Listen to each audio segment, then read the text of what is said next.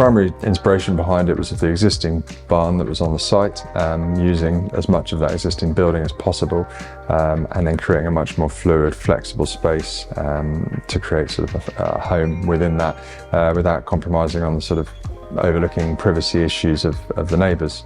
It was about working with the existing barn, the existing footprint, but then where we created the extension, opening up some wider expanses of glazing, east facing, south facing and west facing, so that you can pull in these pockets of sunlight throughout the day, but also creating outside spaces that can enjoy those pockets of sunlight. So what we try and work with every design is finding a space where you can enjoy some shelter and some sunshine, but equally you can enjoy some shade, you know, throughout different times of the year, different times of the day, and different parts of the building. The maintenance element as well, trying to keep everything very maintenance free. It's certainly something that is on every brief these days, I think, with trying to get people to maintain things or have the time yourself to maintain things.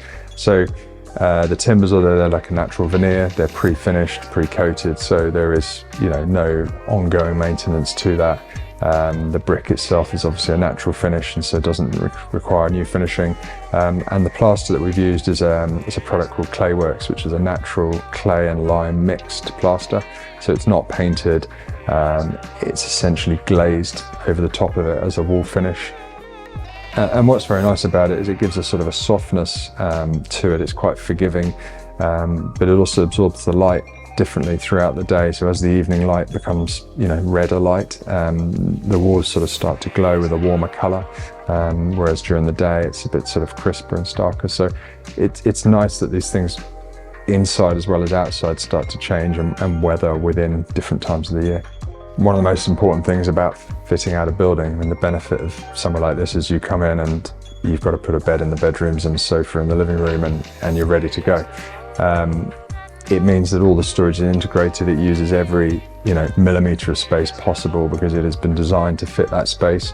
But it also gives this cohesive detail that you can then integrate sort of hidden doors and hidden panels into areas where you're looking to sort of conceal secondary space or ancillary space without it feeling like it's encroaching on the sort of the main living space, but equally it's easily accessible and useful within that. It's about understanding acoustics as well, and how you sort of limit that sort of surrounding noise from a point of actually acoustically insulating the building itself and the glazing systems, but also by the form of the building and how it's sort of sunken into the landscape and closing itself off, and the planting and all of those things as well. So that was a consideration, but also privacy as well, and obviously within the first floor space particularly, looking at the timber screening that comes over the glazing, so it still allows the natural light to come through, still allows that airflow through, but it gives a privacy that prevents overlooking in and out. Working with the Clayworks was great. We've worked with it previously once before, but it isn't really a product that is out there so much. It has allowed us to experiment more with sort of shadow gaps, and the detailing around the floor-to-wall junctions and the floor-to-door junctions. And then I think just the challenge of working within a sort of a smaller space, within a more confined site.